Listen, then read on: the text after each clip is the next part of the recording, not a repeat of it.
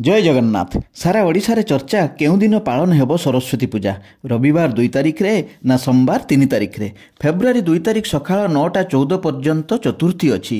तापरे पंचमी आरंभ होई 3 तारिख सोमवार पूर्वाह्न 6:53 पर्यंत रहुछि।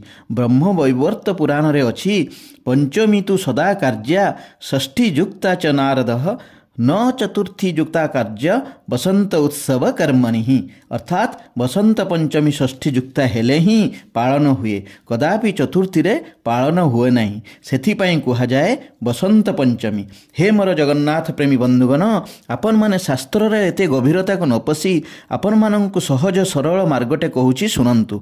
फेब्रुआरी 2 तारिख रविवार सकाळ 9:14 परे ही सरस्वती पूजा आरंभ करंतु। दिन सारा रविवार दिन। फेब्रुआरी 3 तारिख सोमवार षष्ठी युक्ता पंचमी थिबारु उपरोक्त श्लोक अनुजाई से दिन मध्य सरस्वती पूजा करि पारिबे।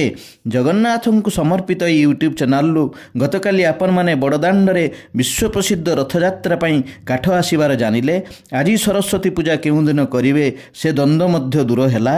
एमिति उपादेय ओ तथ्यपूर्ण कथा मान जानिया पई चैनल टी को सब्सक्राइब करंतु, अन्य को शेयर करंतु, समस्ते जानिया पई। जगन्नाथ महाप्रभु समस्तंकर मंगल करंतु। जय जगन्नाथ, जय जगन्नाथ, जय जय श्री जगन्नाथ।